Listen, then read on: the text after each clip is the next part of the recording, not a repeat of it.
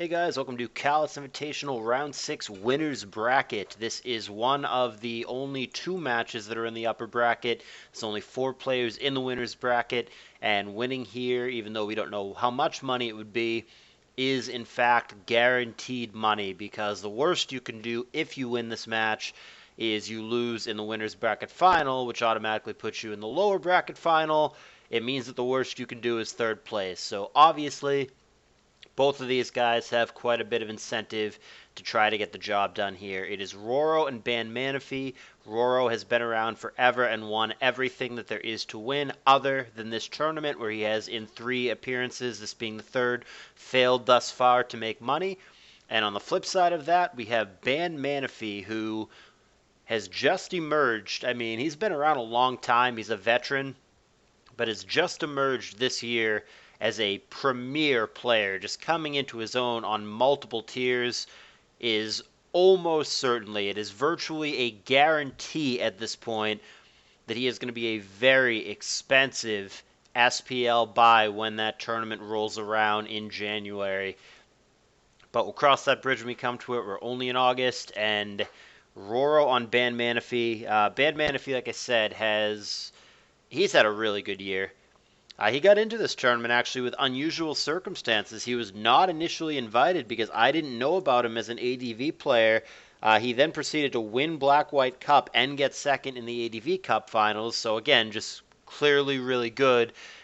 And the reason that he got into this tour is because ZF, who I've never had any kind of problem with or any kind of reliability issues with before, I guess was pretty tilty and just having some issues in real life. I don't know the details. I mean, not that I would share them, even if I did, wouldn't be my place, but I don't know the specifics of that, but was having some problems, and he just disappeared from the tour.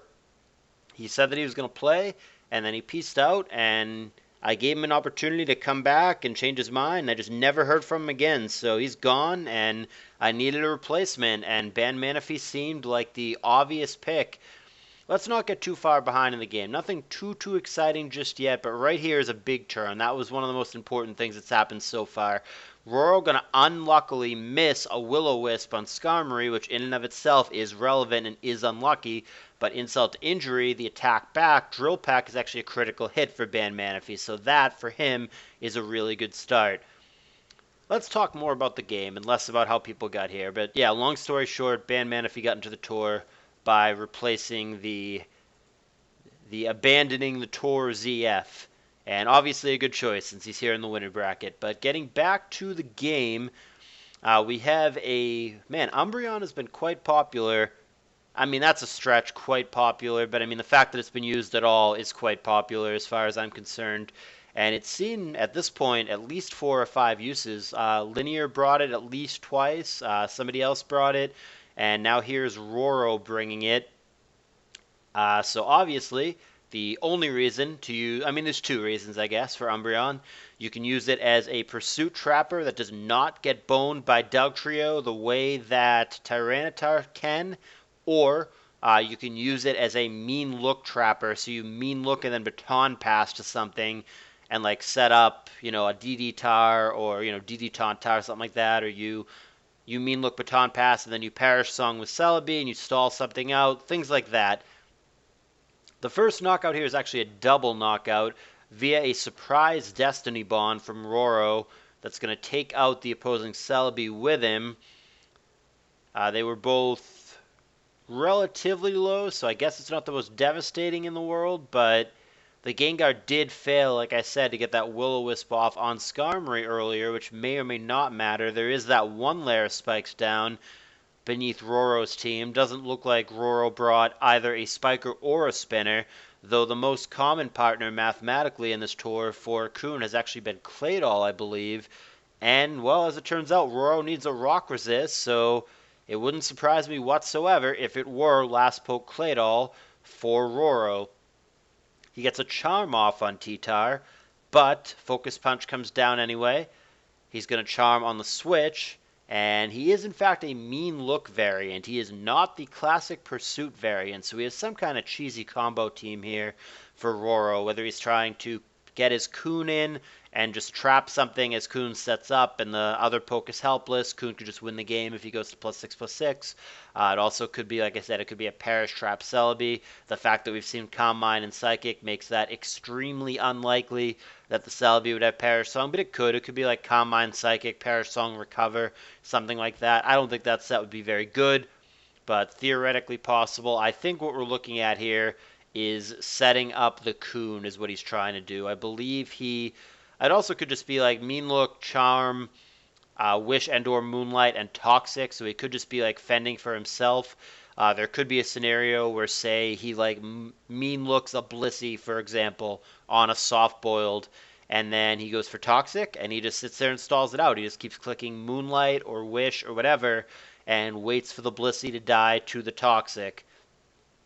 This definitely has counterplay. There are things that can be done to make that much less likely, but I think that might have been the plan. We're not going to get to see it in action, though, because Tyranitar, despite being charmed, is going to manage to kill the Umbreon here with a Focus Punch with a little tiny help for the final 1% from the Sand. Dugtrio here coming in for the revenge kill. That was not the last poke that I thought. It is technically a Rock Resist, but, like, not really. And it's a weird team from Roro, but, I mean, we'll see if it gets the job done. Ban Manaphy is losing his T-Tar here, which wasn't a DD sweeper to begin with, but man, if Ban Manaphy had something like an Aerodactyl here, for example, and he still may, he's got 3 unrevealeds, that just seems incredibly difficult to switch into. All you have to do if you're Ban Manaphy is click Rock Slide. The other thing here with Ban Manaphy, don't you just go to Scarm almost always here and just set up a spike? We now know definitively with complete information here that Roro does not have a spinner, and that 3 out of his 4 remaining pokes are spikes vulnerable. So I see very little drawback here if you're Ban Manaphy to go to Scarm. Now what he could do is he could go to Scarm, and instead of going straight for spikes, he could actually go for Roar/Whirlwind. Well, I guess he can't have Whirlwind because he has Drill Peck, so Roar. And that would get rid of the Zapdos that is probably coming in. But he sees it differently. He's going to go to Zapdos here, so the other Zapdos doesn't switch in super well to Thunderbolts. Obviously, Coon is not what you want to switch in here. Dugtrio being stuck on Earthquake, not so great either. So Celebi could come in, potentially here. We don't actually know the Zapdos set. It's shown actual nothing so far. It's coming in for the first time. But he could have HP Ice, he could have Toxic, he could have Drill Peck. All sorts of things that he potentially could have here to threaten the Celebi as well. The fact that Ban Manaphy opted to go to Zapdos here as opposed to Scarm, because Scarm seemed like a really good play here. The fact that he went to Zapdos instead, I would think indicates that he could threaten the Celebi. I mean, otherwise you just go with a Scarm that just like has no bad thing your opponent could do to you in retaliation.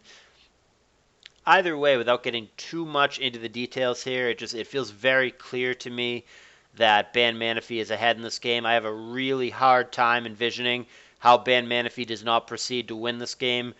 We are still in the tournament, even though we are deep. We are still in the best of 3 stages of the tournament, and I do think that Ban Manaphy is going to take the 1-0 lead here. Going to go to Swampert, and there's the Sunny Day from Dugtrio, which is going to remove the Sand. I'm not sure who he's trying to really assist with that. This is kind of almost like an all-in on Coon team, it looks like, for Roro. It looks like he's trying to support the Coon more than anything else. So just like there are those builds of all-in on Lax, it looks like Roro has constructed an all-in on Coon.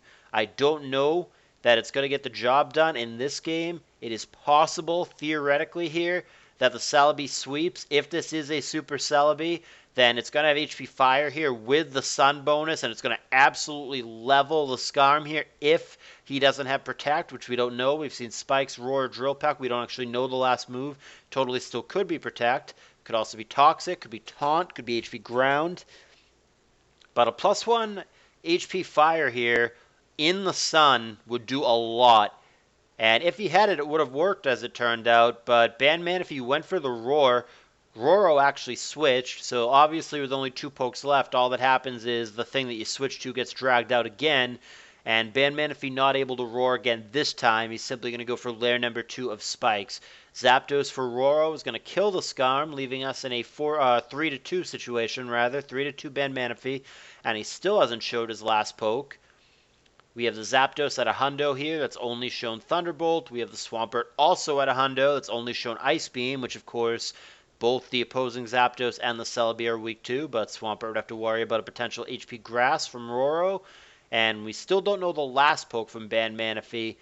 But I mean, realistically, there's only so many things it's going to be here. It's going to be, okay, that's one of them. Gengar, Aerodactyl, Starmie, Dugtrio, that kind of thing. It is Gengar. It probably has Ice Punch here. There's a lot of sets that the Gengar could be that are really threatening. This is probably one of the ones that Roro didn't want to see. Whether it's an Ice Punch Gar, whether it has Boom, whether it has Hypnosis. There's a number of things he could do here that would be pretty tough. It's going to be a taunt here, and it's going to get immediately Thunderbolted, so that actually gave Roro a window back into this. Roro, if he had crit him there or parried him there, would actually make the Gengar useless, because then the Zapdos could just follow up and kill him. But now, Ban Manaphy still potentially could Ice Punch, could go for Boom here, is probably the worst case scenario.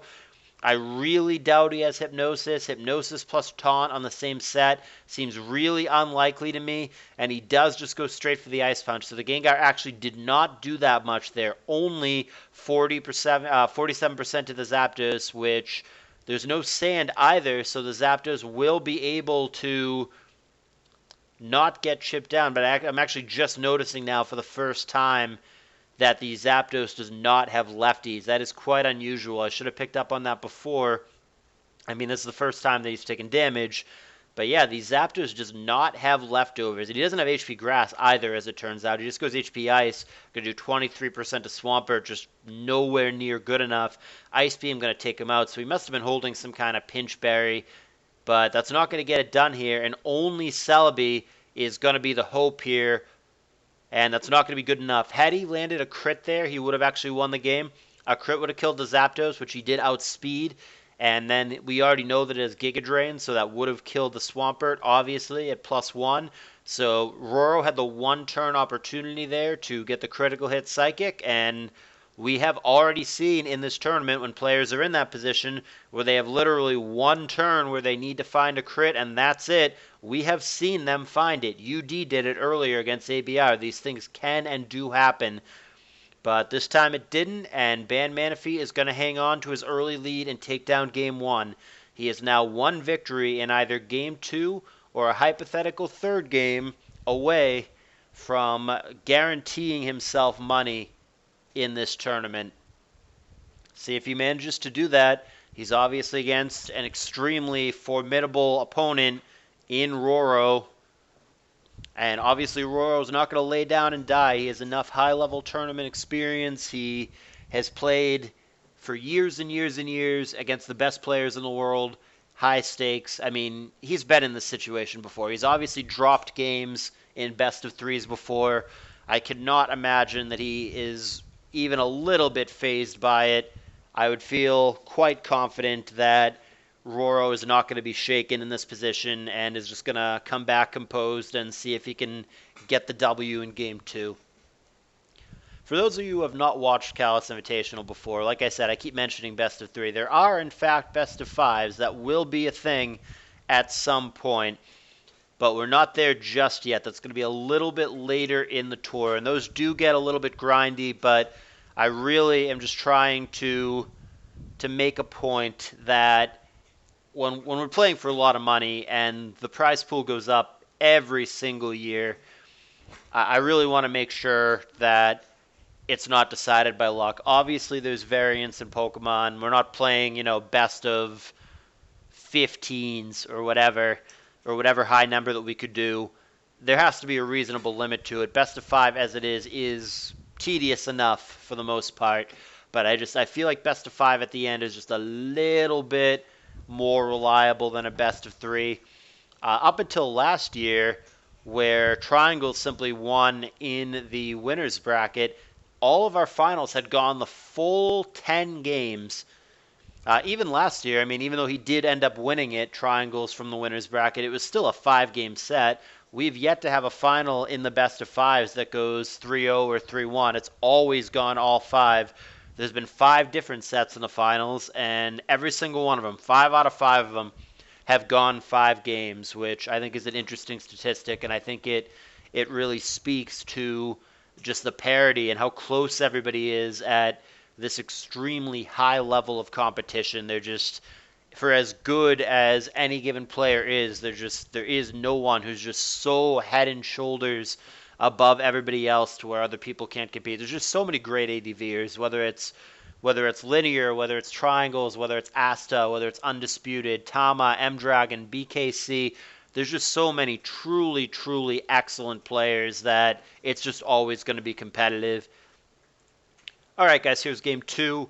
Roro is now leading Metagross against the lead Skarm from Ban Manaphy. The players are retaining their positions from before, which is, of course, Metagross on the bottom, Ban Manaphy on the top with Skarm, and Roro, McMeghan, on the bottom with Metagross.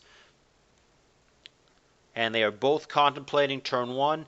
Usually when I see Skarm as the lead, I think that it's either YOLO or there's a Dugtrio in the back. Otherwise, you're begging for it to get eaten by Magneton. That is exactly what happens. There is a Magneton from Roro, and down goes Skarm.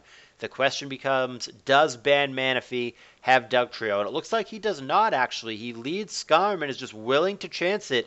He has neither HP Ground nor Dugtrio, so he's going to have to settle for getting 1 layer of spikes down in exchange for the life of the Skarmory.